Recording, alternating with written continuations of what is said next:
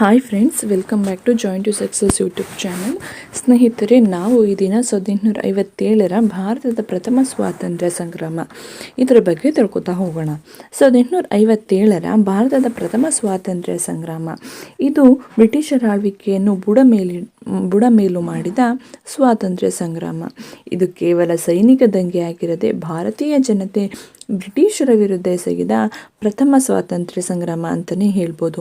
ಹಾಗಾದರೆ ಇದಕ್ಕೆ ಏನೇನು ಕಾರಣಗಳಾಯಿತು, ಸ್ವಾತಂತ್ರ್ಯ ಸಂಗ್ರಾಮಕ್ಕೆ ಉದಯ ಆಗೋದಕ್ಕೆ ಏನು ಕಾರಣ ಅಂತ ತಿಳ್ಕೊಳ್ಳೋದಾದರೆ, ಮೊದಲನೆಯದಾಗಿ ರಾಜಕೀಯ ಕಾರಣಗಳು.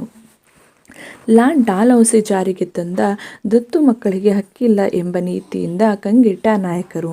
ಲಾರ್ಡ್ ಡಾಲ್ಹೌಸಿಯು 1848ರಲ್ಲಿ ದತ್ತು ಮಕ್ಕಳಿಗೆ ಹಕ್ಕಿಲ್ಲ ಎಂಬ ನೀತಿಯನ್ನು ಜಾರಿಗೆ ತರ್ತಾನೆ. ಇದರಿಂದ ಸಾಕಷ್ಟು ಜನರು ತಮ್ಮ ರಾಜ್ಯವನ್ನು ಕಳೆದುಕೊಳ್ತಾರೆ. ನಾನಾ ಸಾಹೇಬ್, ಝಾನ್ಸಿ ರಾಣಿ ಲಕ್ಷ್ಮೀಬಾಯಿ, ಮುಘಲ್ ಚಕ್ರವರ್ತಿ ಬಹದ್ದೂರ್ ಶಾ, ಅವಧ್ನ ವಾಜಿದ್ ಅಲಿ ಶಾ ತಮ್ಮ ಸಾಮ್ರಾಜ್ಯವನ್ನು ಈ ನೀತಿಯಿಂದ ಕಳೆದುಕೊಂಡು ಸಹಜವಾಗಿಯೇ ಬ್ರಿಟಿಷರ ಶತ್ರುಗಳಾಗ್ತಾರೆ. ಬ್ರಿಟಿಷರ ನೇರ ಆಳ್ವಿಕೆಗೆ ಒಳಪಟ್ಟ ಭಾರತೀಯ ಸಂಸ್ಥಾನಗಳು ಬ್ರಿಟಿಷರ ಆಡಳಿತದಿಂದ ಬೇಸತ್ತು ಸ್ವತಂತ್ರರಾಗಿ ಆಡಳಿತ ನಡೆಸಬೇಕೆಂದು ನಿರ್ಧಾರವನ್ನು ಮಾಡ್ತಾರೆ. ವೆಲ್ಲೆಸ್ಲಿಯು ಜಾರಿಗೆ ತಂದಿದ್ದ ಸಹಾಯಕ ಸೈನ್ಯ ಪದ್ಧತಿಯನ್ನು ಅಳವಡಿಸಿಕೊಂಡಿದ್ದು ಕೆಲವು ಭಾರತೀಯ ಸಂಸ್ಥಾನಗಳು ಬ್ರಿಟಿಷರ ಅಪಾರ ಸೈನಿಕ ವೆಚ್ಚವನ್ನು ಭರಿಸಲು ಸಾಧ್ಯವಾಗದೆ ಸಹಜವಾಗಿ ಅತೃಪ್ತಿಯನ್ನು ಹೊಂದಿರ್ತಾರೆ. ಹಾಗೆ ಆಡಳಿತಾತ್ಮಕ ಕಾರಣಗಳು ಏನು ಅಂತ ನೋಡೋದಾದರೆ, ಬ್ರಿಟಿಷರು ತಮ್ಮದೇ ಶೈಲಿಯ ಆಡಳಿತದಿಂದ ಈವರೆಗೆ ಭಾರತೀಯ ರಾಜರುಗಳು ಶಿಕ್ಷಣ ಸಂಸ್ಥೆಗಳಿಗೆ, ವಿದ್ವಾಂಸರಿಗೆ, ಸಾಧು ಸಂತರಿಗೆ ನೀಡಿದ ಉದಾರ ಧಾರ್ಮಿಕ ಭೂಮಿಗಳನ್ನು ವಾಪಸ್ಸು ತೆಗೆದುಕೊಂಡು ಅವರ ಸಿಟ್ಟಿಗೆ ಕಾರಣರಾಗ್ತಾರೆ. ಹಾಗೆ ವಿಲಿಯಂ ಬೆಂಟಿಕ್ನ ಭೂ ಸುಧಾರಣಾ ಕಾನೂನಿನ ಪ್ರಕಾರ ಹೆಚ್ಚು ಹಣವನ್ನು ಬ್ರಿಟಿಷ್ ಕಂಪನಿಗೆ ಸಲ್ಲಿಸುವ ಜಮೀನ್ದಾರರಿಗೆ ಜಮೀನ್ದಾರಿಕೆಯ ಹಕ್ಕನ್ನು ಕೊಡಲಾಗುತ್ತಿತ್ತು. ಹೀಗಾಗಿ ಜಮೀನ್ದಾರರು ರೈತರ ಮೇಲೆ ಅಧಿಕ ತೆರಿಗೆಗಳನ್ನು ವಿಧಿಸುವ ಸುಲಿಗೆ ಆರಂಭಿಸಿದರು. ಇದರಿಂದ ರೈತರು ಕೂಡ ಬ್ರಿಟಿಷರ ವಿರುದ್ಧ ಸಿಟ್ಟಿಗೆ ಹೇಳ್ತಾರೆ. ಹಾಗೆ ಬ್ರಿಟಿಷರು ಮತ್ತು ಭಾರತೀಯರು ವರ್ಣಭೇದಿ ನೀತಿಯ ಮೇಲೆ ಸರ್ಕಾರದ ನಾಗರಿಕ ಹಾಗೂ ಸೇನಾ ವಿಭಾಗಗಳಲ್ಲಿ ಉನ್ನತ ಸ್ಥಾನಗಳನ್ನು ಉದ್ದೇಶಪೂರ್ವಕವಾಗಿ ಭಾರತೀಯರಿಗೆ ಕೊಡ್ತಾ ಇರಲಿಲ್ಲ. ಅದನ್ನು ಕೇವಲ ಬ್ರಿಟಿಷರಿಗೆ ಮಾತ್ರ ಕೊಡ್ತಾ ಇದ್ರು.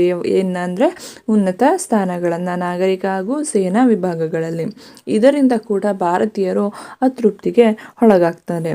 ಹಾಗೆ ಆರ್ಥಿಕ ಕಾರಣಗಳು ಏನು ಅಂತ ನೋಡೋದಾದರೆ, ಅಪಾರ ಆಹಾರ ಪದಾರ್ಥಗಳನ್ನು ಇಂಗ್ಲೆಂಡಿಗೆ ರಫ್ತು ಮಾಡಿ ಇಲ್ಲಿನ ಜನತೆಗೆ ಅಭಾವ ಉಂಟಾಗುವಂತೆ ಮಾಡಿ ಹಸಿವಿನಿಂದ ಬಳಲುವಂತೆ ಮಾಡ್ತಾರೆ. ವಸಾಹತುಗಳು ಇರುವುದೇ ತಾಯಿನಾಡಿನ ಹಿತಕ್ಕಾಗಿ ಎಂಬ ತತ್ವದ ಬೆನ್ನುವನ್ನು ಹತ್ತುತ್ತಾರೆ. ಇಲ್ಲಿನ ಕಚ್ಚಾ ವಸ್ತುಗಳನ್ನು ತಮ್ಮ ಕೈಗಾರಿಕೆಗಳಿಗೆ ರವಾನಿಸಿ ಇಲ್ಲಿನ ಸಿದ್ಧ ವಸ್ತುಗಳನ್ನು ಭಾರತದ ಮಾರುಕಟ್ಟೆಯಲ್ಲೇ ಮಾರಾಟ ಮಾಡ್ತಾರೆ. ಅಂದರೆ ಇಲ್ಲಿನ ಕಚ್ಚಾ ವಸ್ತುಗಳನ್ನು ತೆಗೆದುಕೊಂಡು ಹೋಗಿ ಅಲ್ಲಿ ಸಿದ್ಧ ವಸ್ತುಗಳನ್ನಾಗಿ ಮಾಡಿ ತೆಗೆದುಕೊಂಡು ಬಂದು ಮತ್ತೆ ಇಲ್ಲೇನೆ ಮಾರಾಟ ಮಾಡಿ ಭಾರತೀಯರನ್ನು ಸುಲಿಗೆ ಶುರು ಮಾಡ್ತಾರೆ. ಹಾಗೆ ಮತ್ತೊಂದು ಏನಂತಂದರೆ, ಈ ಸಿಪಾಯಿ ದಂಗೆ ಬಗ್ಗೆ ಏನು ಹೇಳಿಕೆಯನ್ನು ಕೊಟ್ಟಿದ್ದಾರೆ ಜವಾಹರ್ಲಾಲ್ ನೆಹರು ಅನ್ನೋರು ಅಂತ ಹೇಳೋದಾದರೆ, ತಮ್ಮ ಡಿಸ್ಕವರಿ ಆಫ್ ಇಂಡಿಯಾ ಕೃತಿಯಲ್ಲಿ ಬ್ರಿಟಿಷ್ ಬಂಡವಾಳವು ಭಾರತಕ್ಕೆ ನದಿಯಂತೆ ಹರಿದು ಬಂದು ಪ್ರವಾಹದಂತೆ ಬಡ್ಡಿ ಮತ್ತು ಲಾಭಗಳನ್ನು ತನ್ನೊಂದಿಗೆ ಕೊಚ್ಚಿಕೊಂಡು ಹೋಯಿತು ಅಂತ ಹೇಳಿದ್ದಾರೆ. ಅಂದರೆ ಬ್ರಿಟಿಷರು ಬಂದು ಇಲ್ಲಿನ ಕಚ್ಚಾ ವಸ್ತುಗಳನ್ನು ತೆಗೆದುಕೊಂಡು ಅಲ್ಲಿ ಸಿದ್ಧ ವಸ್ತುಗಳನ್ನಾಗಿ ತಯಾರಿಸಿ ಮತ್ತೆ ನಮ್ಮಿಂದನೇ ಸುಲಿಗೆ ಮಾಡಿರೋದ್ರಿಂದ ಈ ರೀತಿ ಹೇಳ್ತಾರೆ, ಪ್ರವಾಹದಂತೆ ಬಡ್ಡಿ ಮತ್ತು ಲಾಭಗಳನ್ನು ತನ್ನೊಂದಿಗೆ ಕೊಚ್ಚಿಕೊಂಡು ಹೋಯಿತು ಅಂತ ಹೇಳಿದ್ದಾರೆ. ಡಾಕ್ಟರ್ ಈಶ್ವರಿ ಪ್ರಸಾದ್ ಅವರು ಏನಂತ ಹೇಳಿದ್ದಾರೆ ಅಂದರೆ, ತನ್ನ ಮಕ್ಕಳೇ ಕ್ರಮೇಣ ಉಪವಾಸಕ್ಕೆ ತುತ್ತಾದರು. ಭಾರತ ಇಂಗ್ಲೆಂಡಿಗೆ ಹಾಲು ಕೊಡುವ ಹಸು ಆಗಿ ಹೋಗಿತು. ಅಂದರೆ ಇಲ್ಲಿಂದ ಕಚ್ಚಾ ವಸ್ತುಗಳನ್ನು ತೆಗೆದುಕೊಂಡು ಹೋಗಿ ಇಲ್ಲಿ ಯಾವುದೇ ನಮಗೆ ಬೇಕಾದಂಥ ಕಚ್ಚಾ ವಸ್ತುಗಳು ಸಿಗದೇ ಇರೋ ಥರ ಮಾಡ್ತಾರೆ. ಇಲ್ಲಿನ ಸಂಪನ್ಮೂಲವೆಲ್ಲವನ್ನು ದೋಚಿ ಇಲ್ಲೇ ಅಭಾವ ಆಗುವಂತೆ ಮಾಡ್ತಾರೆ. ಆದ್ದರಿಂದ ಈಶ್ವರಿ ಪ್ರಸಾದ್ ಅವರು ಈ ಹೇಳಿಕೆಯನ್ನು ನೀಡಿದ್ದಾರೆ. ಇದರಿಂದ ರೈತರು, ಸಾಮಾನ್ಯ ಜನರು ಬೇಸತ್ತು ಬ್ರಿಟಿಷ್ ಆಡಳಿತದ ವಿರುದ್ಧ ತಿರುಗಿ ಬೀಳ್ತಾರೆ. ಹಾಗೆ ನೋಡೋದಾದರೆ ಇನ್ನೊಂದು ಏನಂತಂದರೆ, ಸಾಮಾಜಿಕ ಮತ್ತು ಧಾರ್ಮಿಕ ಕಾರಣಗಳು. ಭಾರತೀಯ ಸಮಾಜದಲ್ಲಿ ಸತಿ ಸಹಗಮನ ಪದ್ಧತಿ, ಬಾಲ್ಯ ವಿವಾಹ ನಿಷೇಧ, ವಿಧವಾ ವಿವಾಹ ಪ್ರೋತ್ಸಾಹವನ್ನು ಬ್ರಿಟಿಷರು ಮಾಡ್ತಾರೆ. ಇವು ಒಳ್ಳೆಯ ಕಾಯ್ದೆಗಳೇ ಆದರೂ ಕೂಡ ಭಾರತೀಯರು ಇವುಗಳನ್ನು ಆಗಿನ ಕಾಲದಿಂದ ಚಾಚೂ ತಪ್ಪದೆ ಪಾಲಿಸ್ಕೊಂಡು ಬರ್ತಾ ಇದ್ದಾರೆ. ಸೊ ಭಾರತೀಯರು ನಮ್ಮ ಧರ್ಮದ ವಿರುದ್ಧ ಇವರು ಬ್ರಿಟಿಷರು ಧರ್ಮವನ್ನು ವಿರೋಧ ಮಾಡ್ತಾ ಇದ್ದಾರೆ ಎಂದು ಇವರು ಸಿಟ್ಟಿಗೆ ಹೇಳ್ತಾರೆ. ಹಾಗೆ ಮತ್ತೊಂದು, ಇಂಗ್ಲಿಷ್ ಶಿಕ್ಷಣ ಜಾರಿಗೆ ತಂದು ಇಡೀ ಭಾರತವನ್ನೇ ಕ್ರೈಸ್ತನಾಗಿ ಮಾಡುವ ಉದ್ದೇಶ ಹೊಂದಿರುವುದು ಜನತೆಗೆ ತಿಳಿಯುತ್ತದೆ. ಬ್ರಿಟಿಷ್ ಪ್ರಜೆ ಬೀದಿಯಲ್ಲಿ ಎದುರಾದರೆ ಭಾರತೀಯರು ನಿಂತು ಗೌರವವನ್ನು ಸಲ್ಲಿಸಬೇಕಾಗಿರುತ್ತೆ. ಭಾರತೀಯನೊಬ್ಬ ಕುದುರೆಯ ಮೇಲೆ ಸವಾರಿ ಮಾಡುತ್ತಿದ್ದರೆ, ಅಂದರೆ ಬ್ರಿಟಿಷರು ಹೋಗ್ತಾ ಇದ್ದಾಗ ಭಾರತೀಯನೊಬ್ಬನು ಕುದುರೆಯ ಮೇಲೆ ಸವಾರಿ ಮಾಡ್ತಿದ್ರೂ ಕೂಡ ಕೆಳಗಡೆ ಇಳಿದು ಅವರಿಗೆ ಬ್ರಿಟಿಷರಿಗೆ ಗೌರವವನ್ನು ಸೂಚಿಸಬೇಕಾಗಿರುತ್ತೆ.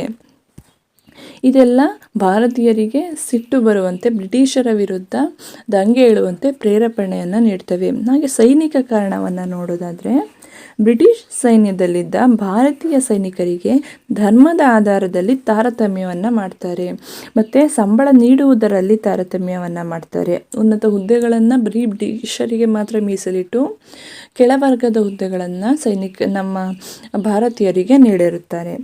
ಎಲ್ಲಿ ಬೇಕಾದರೂ ಹೋಗಿ ಯುದ್ಧ ಮಾಡಲು ನಮ್ಮ ಸಿಪಾಯಿಗಳು ಸಿದ್ಧರಿದ್ದರೂ ಅವರನ್ನು ಸರಿಯಾಗಿ ನಡೆಸಿಕೊಳ್ಳುವುದಿಲ್ಲ. ಕಡಿಮೆ ಸಂಬಳ, ಬಡ್ತಿ ಇಲ್ಲದಿರುವಿಕೆ, ಇಂಗ್ಲಿಷ್ ಸೈನಿಕರ ಹಮ್ಮಿನ ವರ್ತನೆಯಿಂದ ಬ್ರಿಟಿಷ್ ಆಡಳಿತದ ವಿರುದ್ಧ ಭಾರತೀಯರು ದಂಗೆ ಏಳುವಂತಾಯಿತು. ಈ ದಂಗೆಗೆ ತತ್ಕ್ಷಣದ ಕಾರಣಗಳು ಏನು ಅಂತ ನೋಡೋದಾದರೆ, 1857 ಮಾರ್ಚ್ನಲ್ಲಿ ಬ್ರಿಟಿಷ್ ಅಧಿಕಾರಿಗಳು ಹೊಸದಾಗಿ ತಂದಿದ್ದ ಎನ್ಫೀಲ್ಡ್ ಬಂದೂಕುಗಳಿಗೆ ಬಳಸುವ ತೋಟಗಳಲ್ಲಿ ಅವುಗಳ ಹೊರ ಹೊದಿಕೆಗೆ ಕೊಬ್ಬನ್ನು ಸವರಿದ ಕಾಗದವನ್ನು ಸುತ್ತಿರ್ತಾರೆ. ಈ ಕಾಗದವು ದನ ಮತ್ತು ಹಂದಿಯ ಮಾಂಸದಿಂದ ಮಾಡಿದ್ದಾಗಿರುತ್ತದೆ. ಈ ವಿಷಯ ಭಾರತೀಯ ಸೈನಿಕರಿಗೆ ತಿಳಿದಿರೋದಿಲ್ಲ. ಇದು ಬ್ರಿಟಿಷರು ಹಿಂದೂ ಮತ್ತು ಮುಸಲ್ಮಾನರಿಗೆ ಬೇಕಂತಲೇ ಮಾಡಿದ ಕೆಲಸ ಎಂದು ನಮ್ಮ ಸೈನಿಕರು ಅದನ್ನು ಉಪಯೋಗಿಸಲು ನಿರಾಕರಿಸಿದರು. ಹಿಂದೂಗಳಿಗೆ ಗೋವು ಪೂಜ್ಯ ಮತ್ತು ಅದರ ಕೊಬ್ಬು ನಿಷಿದ್ಧ ಹಾಗೂ ಮುಸ್ಲಿಮರಿಗೆ ಹಂದಿ ನಿಷಿದ್ಧ ಎಂದು ತಿಳಿದಿದ್ದರೂ ಬೇಕಂತಲೇ ಈ ಕಾರ್ಯವನ್ನು ಎಸಗಿದ್ದಾರೆ ಎಂಬುದು ತಿಳಿಯಿತು. ಈ ಕ್ರಾಂತಿಯು ಎಲ್ಲೆಲ್ಲಿ ಹರಡಿತು ಅಂತ ನೋಡೋದಾದರೆ, 1857 ಮಾರ್ಚ್ 29ರಂದು ಬಂಗಾಳದ ಬ್ಯಾರಕ್ಪುರದಲ್ಲಿ ಬ್ರಾಹ್ಮಣ ಸೈನಿಕ ಮಂಗಲ್ ಪಾಂಡೆ ಬ್ರಿಟಿಷರು ತುಪಾಕಿ ಕೊಬ್ಬನ್ನು ಸವರಿದ್ದಾರೆ ಎಂದು ಸಿಡಿದೆದ್ದು ಇಬ್ಬರು ಇಂಗ್ಲಿಷ್ ಅಧಿಕಾರಿಗಳನ್ನು ಸ್ಥಳದಲ್ಲೇ ಕೊಲೆ ಮಾಡಲು ಯತ್ನಿಸಿದ. ಆತನನ್ನು ಏಪ್ರಿಲ್ 8, 1857ರಂದು ಗಲ್ಲಿಗೆ ಹಾಕಲಾಯಿತು. ಇದರಿಂದ ಸೈನಿಕ ದಂಗೆ ಬಹುಬೇಗನೆ ಆರಂಭವಾಗಲು ಕಾರಣವಾಯಿತು. ಇದರಿಂದ ಇನ್ನೊಂದು ಭಾಗವಾದ ಅಂಬಾಲದಲ್ಲಿ ಇದೇ ರೀತಿಯ ಘಟನೆಗಳು ಮರುಕಳಿಸಿದವು.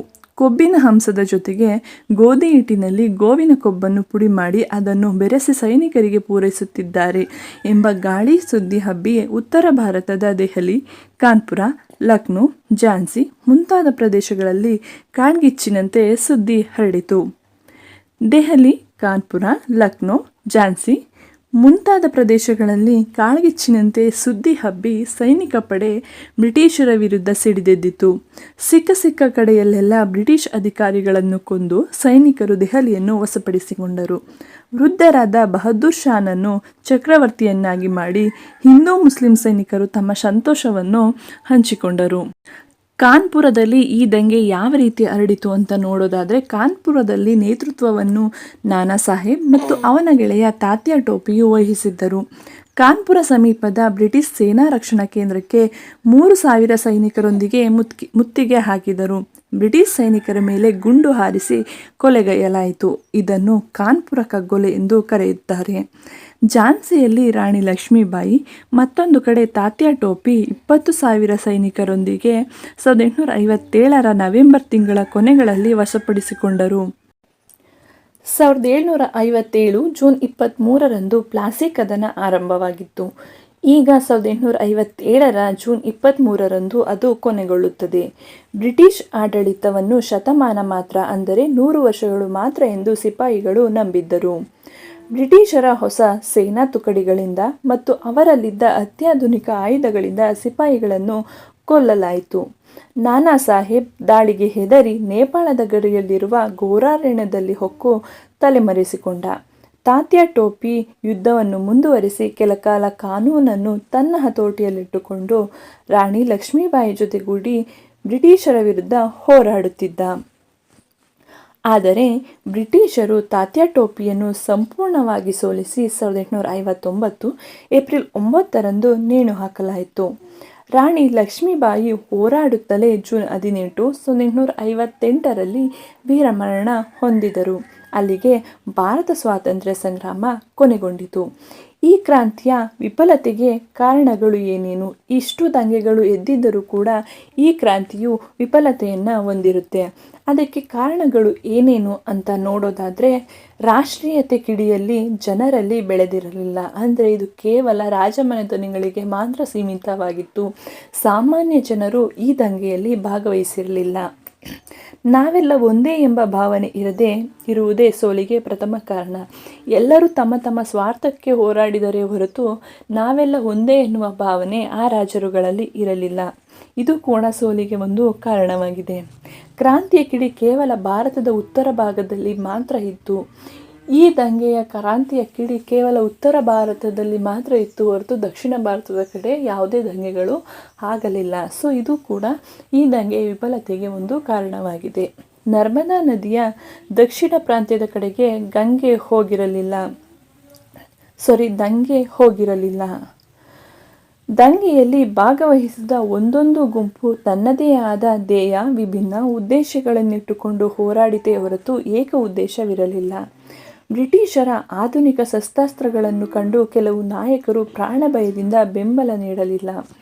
ಸೈನಿಕ ಶಕ್ತಿ ಮತ್ತು ಹಣದ ಕೊರತೆ ಕೂಡ ಈ ದಂಗೆಯ ವಿಫಲತೆಗೆ ಕಾರಣವಾಯಿತು.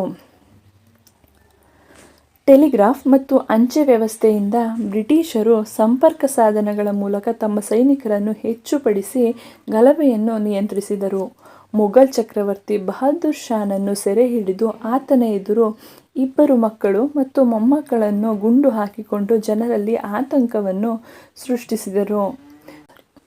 ಕೆಲವು ಇತಿಹಾಸಕಾರರು ಈ ದಂಗೆಯ ಬಗ್ಗೆ ತಮ್ಮದೇ ಆದ ಹೇಳಿಕೆಗಳನ್ನು ನೀಡಿದ್ದಾರೆ. ಅವೇನು ಅಂತ ನೋಡೋದಾದರೆ, V.A. ಸ್ಮಿತ್ ಅವರು ಹೇಳಿರುವಂತೆ, ಇದೊಂದು ಸಂಪೂರ್ಣ ಸಿಪಾಯಿಗಳ ದಂಗೆ ಹೊರತು ಮತ್ತೇನೂ ಅಲ್ಲ, ಸ್ವಲ್ಪ ಮಟ್ಟಿನ ಜನತೆಯ ಹೋರಾಟವಾಗಿತ್ತು. V.D. ಸಾವರ್ಕರ್, ಇದು ಭಾರತೀಯ ಜನರು ಬ್ರಿಟಿಷರ ವಿರುದ್ಧ ಎಸಗಿದ ಪ್ರಥಮ ಸ್ವಾತಂತ್ರ್ಯ ಸಂಗ್ರಾಮ ಎಂದು ಹೇಳಿದ್ದಾರೆ. R.C. ಮಜುಮ್ದಾರ್ ಏನಂತ ಹೇಳಿದ್ದಾರೆ ಅಂತ ನೋಡೋದಾದರೆ, ಈ ದಂಗೆಯು ರಾಷ್ಟ್ರೀಯ ಸಮರವಲ್ಲ, ದಂಗೆಯ ನಾಯಕರು ಸ್ವಹಿತ ಸಾಧನೆಗಾಗಿ ಬ್ರಿಟಿಷರ ವಿರುದ್ಧ ಹೋರಾಡಿದರೇ ಹೊರತು ಸ್ವಾತಂತ್ರ್ಯಕ್ಕಾಗಿ ಅಲ್ಲ.